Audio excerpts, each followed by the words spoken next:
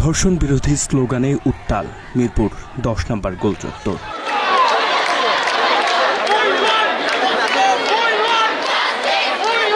রবিবার সকালে মিরপুরের ১০ ও ১১ নম্বর এলাকায় সড়ক অবরোধ করে বিক্ষোভ করেছে বাংলাদেশ ইউনিভার্সিটি অব প্রফেশনালস বিইউপির শিক্ষার্থীরা। সাভারের বিরুলিয়া এলাকায় বিশ্ববিদ্যালয়টির এক সাবেক শিক্ষার্থীকে দলবদ্ধ ধর্ষণের ঘটনায় অভিযুক্তদের গ্রেপ্তারের ও দৃষ্টান্তমূলক শাস্তির দাবি জানিয়েছে তারা।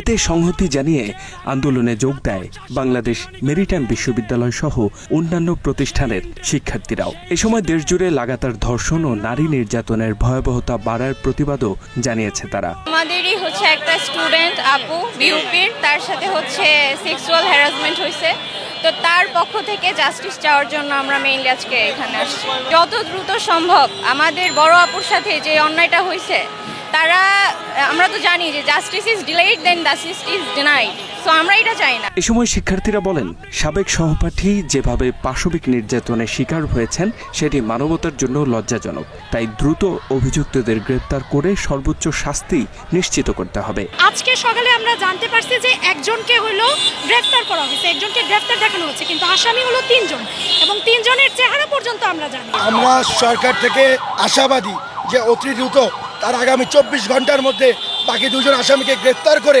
আইনের আওতায় নিয়ে আসবে। এমনকি পলাতক ২ আসামিকে গ্রেফতার না করা পর্যন্ত আন্দোলন চালিয়ে যাওয়ার ঘোষণাও দিয়েছেন তারা। মিরপুর ১২ নম্বর ও মিরপুর ১০ নম্বরে অবস্থান কর্মসূচি চালিয়েছি। আমাদের একটি চাওয়া, একটি দাবি আমাদের অথরিটির কাছে। আমরা চাই আমাদের অথরিটি যেন অতি দ্রুত এই যেই সব ধর্ষণকারী আছে তাদের খুঁজে বের করে অতি দ্রুত বিচারের আওতায় আনে। ১৩ বছরের ১২ বছরের শিশু ধর্ষণ হতো না। এটা আসলে আমাদের মন মানসিকতার উপর ডিপেন্ড করে এবং আমাদের মেয়েদের, মা বোনদের আরো ভোকাল হতে হবে। মাত্র ৩০% টাকায় জমির মালিক হয়ে নতুন বাংলাদেশের গড়ে তোলার স্বপ্ন দেখা বাংলা বসতি।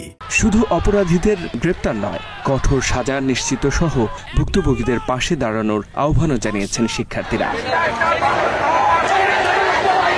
এই বিক্ষোভে অংশ নিতে এদিন সকাল থেকেই মিরপুর ১১ নম্বরের প্রধান সড়কে অবস্থান নেয় শিক্ষার্থীরা। পরে সেখান থেকে সরে গিয়ে মিরপুর ১০ গোলচত্বর অবরোধ করে।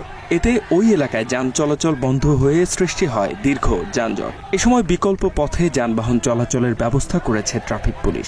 এছাড়া অপ্রীতিকর ঘটনা এড়াতে মোতায়েন ছিল আইনশৃঙ্খলা বাহিনীর বাড়তি সদস্য।